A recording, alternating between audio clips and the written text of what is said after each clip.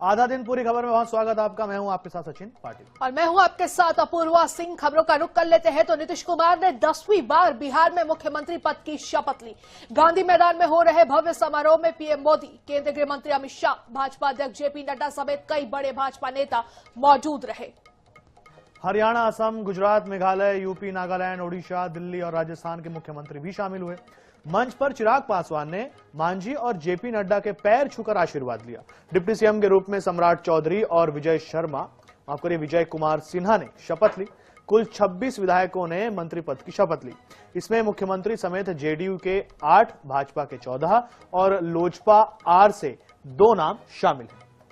वहीं 26 मंत्रियों ने, आपको बता दें कि कुल मिलाकर 26 मंत्रियों ने आज शपथ ली है बिहार में। सम्राट चौधरी, विजय कुमार सिन्हा, विजेंद्र प्रसाद यादव, श्रवण कुमार, मंगल पांडे, डॉक्टर दिलीप जायसवाल, अशोक चौधरी, लेशी सिंह, मदन साहनी, नितिन नवीन, रामकृपाल यादव, संतोष कुमार सुमन, सुनील कुमार, मोहम्मद जमा खान, संजय सिंह, टाइगर अरुण, शंकर प्रसाद, सुरेंद्र मेहता, नारायण प्रसाद, रमा निषाद, लखेंद्र कुमार रोशन, संजय कुमार, श्रेयसी सिंह, डॉक्टर प्रमोद कुमार, संजय कुमार, दीपक प्रकाश। तो ये वो 26 विधायकों के नाम जिन्होंने आज मंत्री पद की शपथ ली। तो नीतीश की शपथ एनडीए का शक्ति प्रदर्शन बिहार में देखने को मिला है। बिहार में एक बार फिर से नीतीश सरकार है। प्रधानमंत्री नरेंद्र मोदी, गृह मंत्री अमित शाह इस दौरान मौजूद रहे। 11 राज्यों के सीएम समारोह में शामिल हुए। तो शपथ समारोह से जुड़ी हुई ये 8 अलग अलग तस्वीरें इस वक्त आपकी स्क्रीन पर है। बिल्कुल, तो देखिए 101 सीटों पर दोनों पार्टियों ने चुनाव लड़ा, बीजेपी ने और नीतीश कुमार ने। नीतीश कुमार इससे पहले भी मुख्यमंत्री रहे। अब जब उन्होंने शपथ ली है तो ये 10वीं बार है जब नीतीश कुमार ने मुख्यमंत्री पद की शपथ ली और अपना एक अलग रिकॉर्ड बना लिया। इस चुनाव में मुख्यमंत्री नीतीश कुमार की पार्टी को 84 सीटें मिली हैं 101 सीट पर चुनाव लड़ने के बाद, और 89 सीटें मिली हैं बीजेपी को, भारतीय जनता पार्टी को। भारतीय जनता पार्टी ने भी 101 सीटों पर चुनाव लड़ा था। तो ये देखिए 10वीं बार नीतीश कुमार 16 दिसंबर 2020 को भी शपथ ली, 10 अगस्त 2022 को और 28 जनवरी 2024 को, 3 मार्च 2000 पहली बार, 24 नवंबर 2005, 26 नवंबर 2010, 22 फरवरी 2015, 20 नवंबर 2015, 27 जुलाई 2017, 16 नवंबर 2020, 10 अगस्त 2022 में, 28 जनवरी 2024 और अब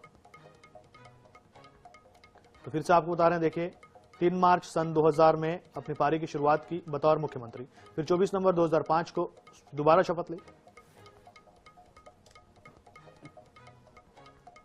बिहार की राजनीति में आज ऐतिहासिक क्षण देखने को मिला। नीतीश कुमार ने लगातार 10वीं बार मुख्यमंत्री पद की शपथ ली।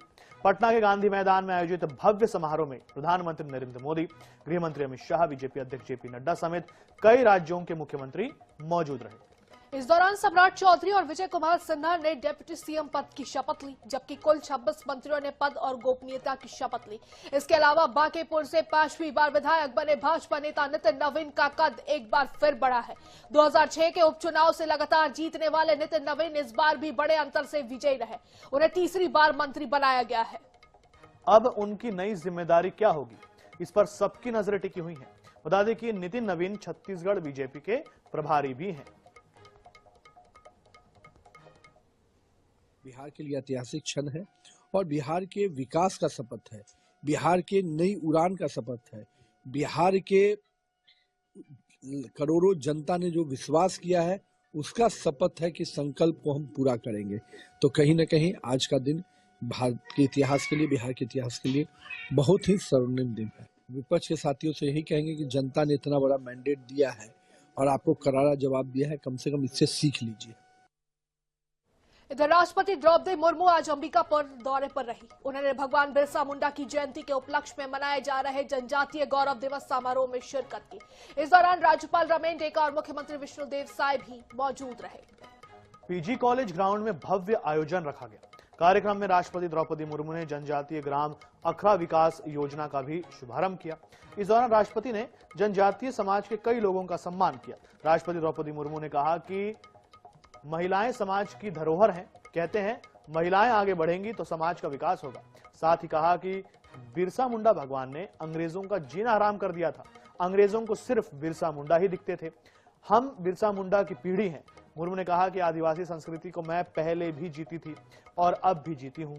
जल, जंगल और जमीन के साथ आदिवासी संस्कृति को बढ़ावा देने की जरूरत है। वहीं उन्होंने आगे कहा कि हमें आदिवासी संस्कृति को बचाना है। राष्ट्रपति मुर्मू ने आदिवासी युवाओं को सम्मानित भी किया है। तो अंबिकापुर दौरे पर रही हैं राष्ट्रपति द्रौपदी मुर्मू। जनजातीय गौरव दिवस समारोह में उन्होंने शिरकत की है और ग्राम अखरा विकास योजना का शुभारंभ भी उन्होंने किया है। इस दौरान सीएम विष्णुदेव साय भी मौजूद रहे।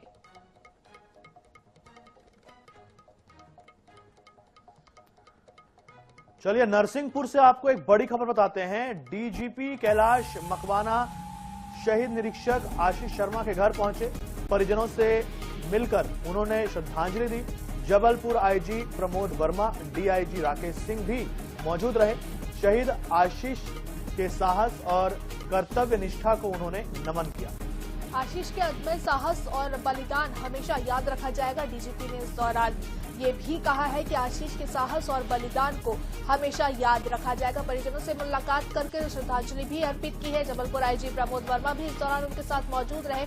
शहीद आशीष के साहस और कर्तव्य निष्ठा को नमन किया गया है। आशीष के आदमी साहस और बलिदान को हमेशा याद रखा जाएगा, डीजीपी ने कहा। तो परिजनों से मिलकर उन्हें श्रद्धांजलि दी। जबलपुर आईजी प्रमोद वर्मा, डीआईजी राकेश सिंह भी इस मौके पर मौजूद रहे। शहीद आशीष के साहस और कर्तव्य निष्ठा को नमन किया गया।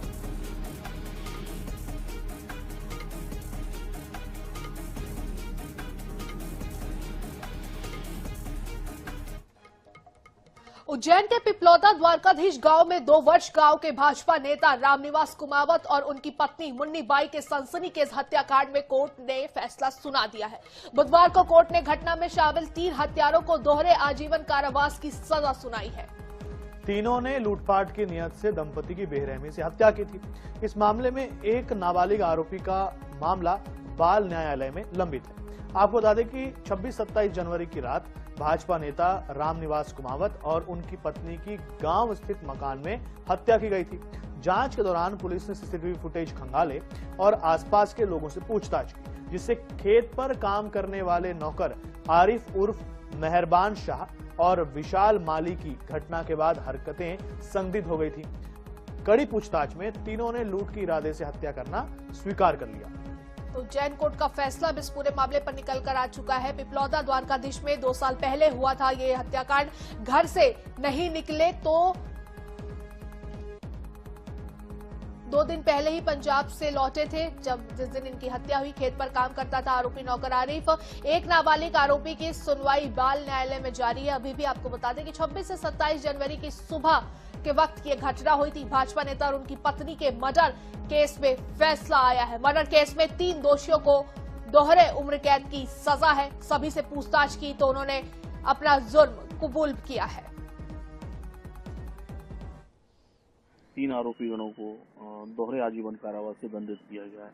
इसमें 397 भादवी में भी 7 वर्ष के कारावास से दंडित किया गया है। 427 भादवी में 2 वर्ष के कारावास से और 460 में 10 वर्ष के कारावास से दंडित किया गया है।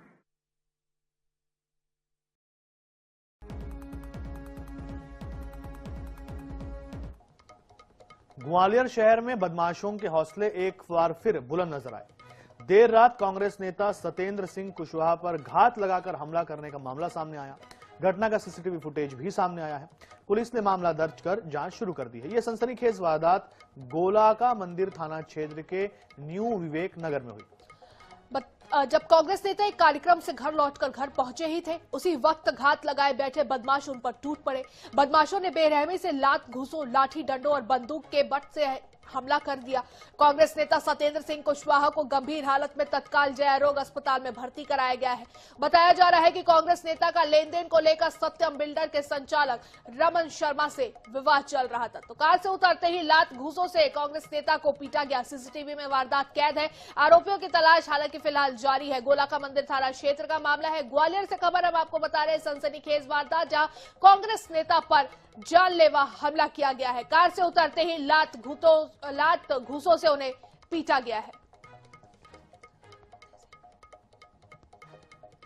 तो देखिए ये सीसीटीवी फुटेज पूरे मामले का जो निकलकर सामने आया है वो इस वक्त आपके स्क्रीन पर है, जो आप देख रहे हैं। कांग्रेस नेता पर जानलेवा हमला किया गया है। कार से उतरते ही लात घूसों से कांग्रेस नेता को पीटा गया है। वहां जो सीसीटीवी कैमरे लगे थे उनमें ये पूरा मामला कैद हो गया। तो गोलाका थाना मंदिर क्षेत्र की ये पूरी घटना है। इधर संस्कारधानी जबलपुर के थाना गोहलपुर और तिलवारा क्षेत्रों में बड़ी चोरियों की घटनाओं का खुलासा हुआ है। पकड़े गए चोरों से 10 लाख रुपए की कीमत के सोने चांदी के जेवर जब्त किए गए हैं। पुलिस ने बताया है कि 2 परिवार मिलकर इस चोरी की घटनाओं को अंजाम देते थे। जहां पर एक भाई चोरी के जेवर अपनी बहन को देता था और फिर बहन उन जेवरों को दुकानों में जाकर बेचती थी। दूसरे परिवार में पिता और पुत्र भी चोरी के मामले में गिरफ्तार हुए हैं। अब पुलिस ने भाई बहन और पिता पुत्र सहित चोरी के सोने चांदी के जेवर खरीदने वाले 5 लोगों को गिरफ्तार किया है। पूरे मामले पर गोहलपुर के थाना प्रभारी रितेश पांडे से बात की हमारे सहयोगी फतेह सिंह ने।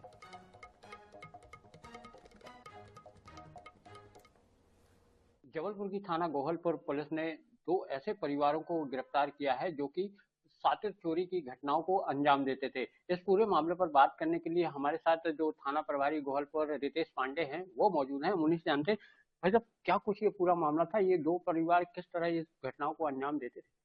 थाना गोहलपुर में सूने मकानों में विगत 6-7 माह में 2-3 चोरी की घटनाएं घटित हुई, जिनके संबंध में पुलिस अधीक्षक महोदय के द्वारा निर्देशित किया गया था कि शीघ्र घटनाओं के संबंध में पता रसी करें, चोरों को गिरफ्तार करें तथा पीड़ित परिवारों को जो है सांत्वना और उनकी धनराशि वापस दिलाई जा सके। जिस संबंध में टीम गठित की गई और लगातार पता इसी पर ज्ञात हुआ कि पीयूष और चिंटू जो कि मूलतः गढ़ा का रहने वाला है, इसके पूर्व में भी कई आपराधिक मामले हैं चोरी के। पीयूष चोरी के गहनों को अपने बहन के माध्यम से शिवांशु साहू और उनके परिजनों को बेच देता था तथा प्राप्त धनराशि से घर के सोफे, टीवी, कूलर आदि ऐशो आराम के साधन जुटाता था।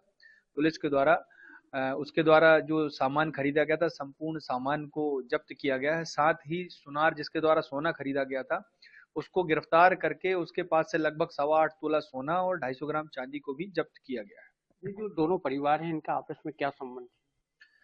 पीयूष और पूजा भाई बहन है। जो पीयूष चोरी करता था और पूजा सामान बेचने का काम करती थी जा रहा था। इनसे और पूछताछ वगैरह कुछ और पूछताछ की जा रही है। चूंकि इसका पूर्व का क्रिमिनल रिकॉर्ड है, ऐसी पूर्ण संभावनाएं हैं कि इसमें और भी चोरी की घटनाओं का खुलासा हो सकेगा। बिल्कुल, ये थे थाना प्रभारी गोहलपुर रितेश पांडे और यहाँ पर इनका साफ तौर पर कहना है कि अभी जो 2 परिवार पकड़े गए हैं इनसे अभी और पूछताछ की जा रही है और आने वाले समय में एक बड़ा खुलासा है जो वो इनसे यहाँ पर हो सकता है। जबलपुर से INS न्यूज के लिए फतेह सिंह।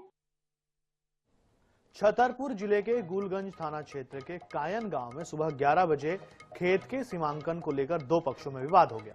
लाठी डंडों और फरसों के हमले में दोनों पक्षों के 2 दर्जन लोग घायल हो गए। बता दें कि लल्लू अहिरवार का परिवार खेत पर काम कर रहा था, तभी मोहन चढ़ार का परिवार लाठी डंडों के साथ पहुंचा और काम रोकने को कहा। मोहन चढ़ार का दावा था कि खेत उसका है। वहीं लल्लू अहिरवार ने बताया कि RI पटवारी और तहसीलदार ने सीमांकन कर खेत उसके नाम पर होना बताया है और यही विवाद की वजह बना। विवाद में घायल सभी लोग को जिला अस्पताल में भर्ती कराया गया। गुलगंज थाना पुलिस ने दोनों पक्षों के 2 दर्जन आरोपियों पर प्रकरण दर्ज कर जांच शुरू कर दी। छतरपुर में खेत विवाद में ये खूनी खेल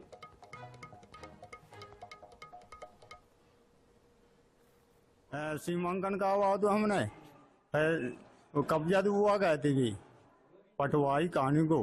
के बाद में बहु लगे तो हमने रोकी ना माने तो हम अपने कुआ पे हटे 100 नंबर हमने बुलाई तो 100 नंबर वाले भगे और बेखट्टे 10-20 आदमी आए हमारे कुआ पे और मार पीट के भाग गए। अभी अगली साल उसने फसल भी काट ली थी। मैंने SDM साहब तहसीलदार को आवेदन दिया था तो उसकी कोई कानूनी कार्रवाई नहीं की गई। इसके बाद उसको बोला भी तो वो अभी भी मतलब जबरदस्ती खेत जोत रहा है और सीमांकन भी कराया था मैंने। सीमांकन कराने के बाद मेरे ही जमीन निकलती है। उसने मशीन से नपाया था एक बार तो मशीन की मैंने दोबारा जांच कराई थी, वो गलत पाई गई थी। अभी भी वो जबरदस्ती RI पटवारी की बात कोई मानता नहीं है और जबरदस्ती कब्जा कर रहा है। इधर प्रदेश में पर्यटन को बढ़ावा देने के लिए जबलपुर से बांधवगढ़, कान्हापेंच, मैहर और अमरकंटक के लिए हेलीकॉप्टर सेवा शुरू हो चुकी है। पीएम श्री हेलीकॉप्टर सेवा के तहत इस उड़ान को सप्ताह में 5 दिन संचालित किया जाएगा। गुरुवार को भेड़ाघाट हेलीपैड से इस सेवा का शुभारंभ किया गया, जिसका उद्घाटन लोक निर्माण मंत्री राकेश सिंह ने किया। कम किराए के कारण सेवा शुरू होते ही बुकिंग तेज हो गई है। जबलपुर की दिल्ली, मुंबई और हैदराबाद से मजबूत एयर कनेक्टिविटी के चलते अब देसी और विदेशी पर्यटकों के लिए इन पर्यटन स्थलों तक पहुंचना आसान हो जाएगा। मंत्री राकेश सिंह का कहना है कि यह सेवा महाकौशल और विंध्य क्षेत्र के पर्यटन को नई गति देगी, समय बचेगा और स्थानीय विकास को बढ़ावा मिलेगा। भेड़ाघाट में सेवा शुरू होने पर लोगों में खासा उत्साह देखा गया।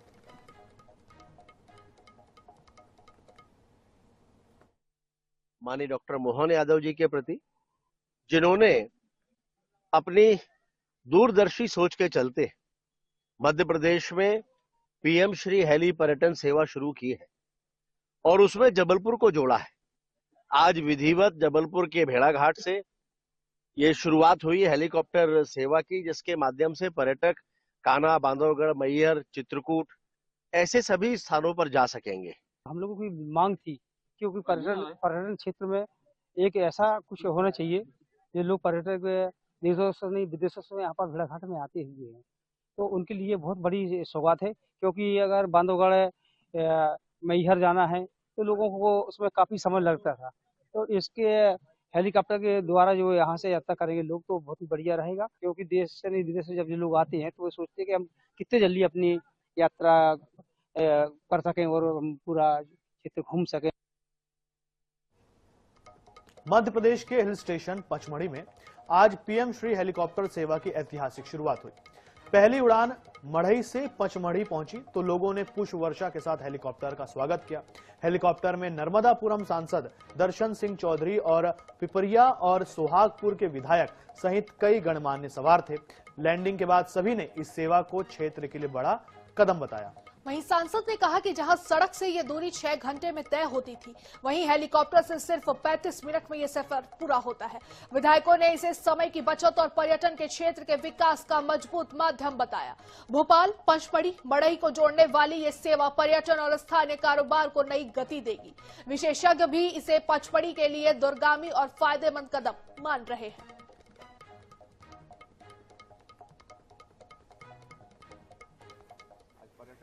मात्रा में आएगा, जैसे माननीय विधायक जी ने कहा कि आने में जब 3 घंटे 4 घंटे लगते थे तो कभी विचार करते थे कि आप दोबारा कब आएंगे। अब हवाई यात्रा होगी तो वो कहीं से भी, चाहे उज्जैन हो, चाहे ओमकारेश्वर हो, चाहे आपके दतिया हो, किसी भी जगह से वो उड़कर और पचमढ़ी आ सकता है। क्योंकि मध्य प्रदेश ही नहीं, इस पूरे देश में सबसे बढ़िया हिल स्टेशन कहीं है हमारा पचमढ़ी है। और यहाँ पर पचमढ़ी की वादियां जो हम भी देखते चले आ रहे हैं हवाई यात्रा के माध्यम से।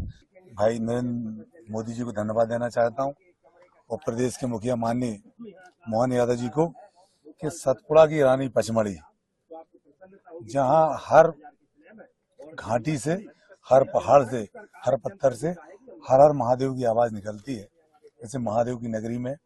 और पचमढ़ी मध्य प्रदेश की एकमात्र हिल स्टेशन है और उनको उन्होंने जो सौगात दी उसके लिए मैं उनको धन्यवाद देना चाहता हूँ। कोरिया जिले के सोनहत विकासखंड के ग्राम पंचायत कछाड़ी में प्राथमिक शाला, आंगनबाड़ी, पीडीएस दुकान और पंचायत कार्यालय एक परिसर में संचालित है। इसी प्रांगण पर ठेकेदार ने अवैध कब्जा कर फ्लाई ऐश मशीन लगा दी है, जिससे कई महीनों से धड़ल्ले से ईंट बन रही है। कच्ची ईंटों की वजह से बच्चों के खेलने की जगह नहीं है। स्कूल के सोलार पंप से पानी लेकर ईंट निर्माण और राखड़ उड़ने से बच्चों और शिक्षकों में नाराजगी है। वहीं पीडीएस दुकान में रखे खाद्यान्न धूल से खराब हो रहे हैं। ग्रामीणों का आरोप है कि ठेकेदार को रसूखदारों का संरक्षण मिला है, इसलिए कोई कार्रवाई नहीं हो रही है। तो राखड़ उड़ने से बच्चों और शिक्षकों को, बुजुर्गों को दिक्कत हो रही है। सोनहत के ग्राम पंचायत का मामला है। ठेकेदार की मनमानी से लोगों को परेशानी हो रही है। सरकारी परिसर पर फ्लाई ऐश मशीन क्योंकि लगाई गई है। इधर बलौदाबाजार जिले में लगातार आधा दर्जन से ज्यादा चाकूबाजी और लूट की वारदातों को अंजाम देने वाले 6 शातिर बदमाश आखिरकार पुलिस के हत्थे चढ़ गए हैं। लगातार अपराधियों के बढ़ते खौफ को कम करने के लिए पुलिस ने शहर में बदमाशों का जुलूस निकाला। बीते कई दिनों से अलग अलग थाना क्षेत्र में ये आरोपी लगातार चाकू के दम पर लूट की घटनाओं को अंजाम दे रहे थे। वारदातों की बढ़ती संख्या ने पुलिस की भी नींद उड़ा दी थी और आरोपियों को पकड़ना बड़ी चुनौती बन गया था। इसके बाद पुलिस ने यह कार्रवाई की और आरोपियों का जुलूस निकाला। तस्वीरों में आप देख सकते हैं और पुलिस ने खूब सबक सिखाया आरोपियों को। चाकू की नोक पर ये लोग लूटपाट कर की संलिप्तता पाई गई है। संगठित अपराध की धाराएं केस में लगाई जा रही हैं और जो गैंग क्रिमिनल हिस्ट्री शीट है वो बनाते हुए जिला बदर की कार्रवाई भी इनके विरुद्ध में प्रस्तावित की जा रही है। तो आधा दिन पूरी खबर में इतना ही, लेकिन खबरों का सिलसिला आईएनएच पर लगातार जारी है। आप कहीं मत जाइए, बने रहिए हमारे साथ। फिलहाल के लिए हमें दीजिए इजाजत। नमस्कार।